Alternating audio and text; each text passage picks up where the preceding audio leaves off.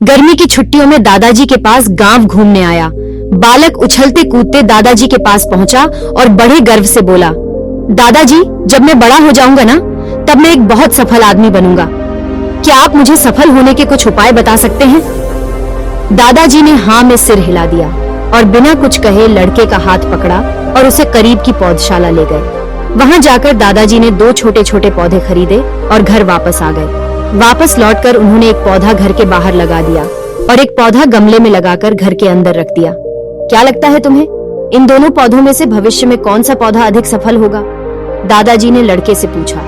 लड़का कुछ दिनों तक सोचता रहा और फिर बोला, घर के अंदर वाला पौधा ज्यादा सफल होगा, क्योंकि वो हर एक खतरे से सुरक्षित है, जबकि बाहर वाले पौधे को तेज धूप, आंधी, पानी और जानवरों से भी खतरा है। दादाजी बोले, चलो देखते हैं आगे क्या होता है, और वो अखबार उठाकर पढ़ने लगे। दादाजी दोनों पौधों पर बराबर ध्यान देते रहे और समय बीतता गया। 3-4 साल बाद जब एक बार फिर वह लड़का अपने माता पिता के साथ गांव घूमने आया और उसने अपने दादाजी को देखा तो देखते ही बोला, दादाजी, पिछली बार मैंने आपसे सफल होने के कुछ उपाय मांगे थे, पर आपने तो कुछ भी नहीं बताया था, पर इस बार आपको जरूर बताना ही होगा। दादाजी मुस्कुराए और लड़के को उस जगह ले गए जहाँ उन्होंने गमले में पौधा लगाया था। अब वो पौधा एक खूबसूरत पेड़ में बदल चुका था। लड़का बोला, देखा दादाजी, मैंने कहा था ना कि ये वाला पौधा ज्यादा सफल होगा। अरे पहले बाहर वाले पौधे का हाल भी तो देख लो।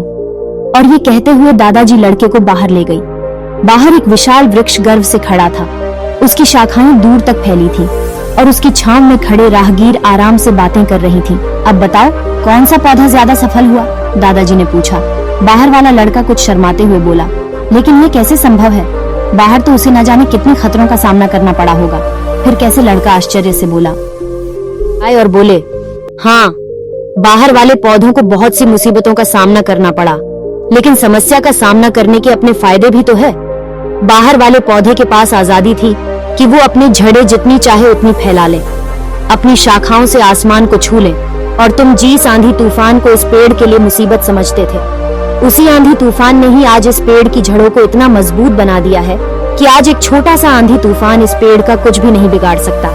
बेटे, अब जो मैं तुम्हें बताने वाला हूँ, अगर तुमने उस बात को अपने अंदर बैठा लिया तो तुम जिंदगी में जो कुछ भी करोगे उसमें सफल होंगे। ये कहकर दादाजी ने आगे कहना शुरू किया, अगर तुम जीवन भर सुरक्षित विकल्पों को चुनते रहोगे तो तुम कभी भी उतने सफल नहीं हो पाओगे जितनी तुम्हारी क्षमता है। लेकिन अगर तुम तमाम खतरों के बावजूद इस दुनिया का सामना करने के लिए तैयार हो तो तुम्हारे लिए कोई भी लक्ष्य हासिल करना असंभव नहीं है। लड़के ने लंबी सांस ली और उस वृक्ष की तरफ देखने लगा। वो दादाजी की बात समझ चुका था। आज उसे सफलता का एक बहुत बड़ा सबक मिल चुका था कि जीवन में हम जिन दुकानों को अपना सबसे बड़ा शत्रु समझते हैं, वही हमें मजबूत और जीवन में ज्यादा सफल बनाती है। जय हिंद, जय भारत।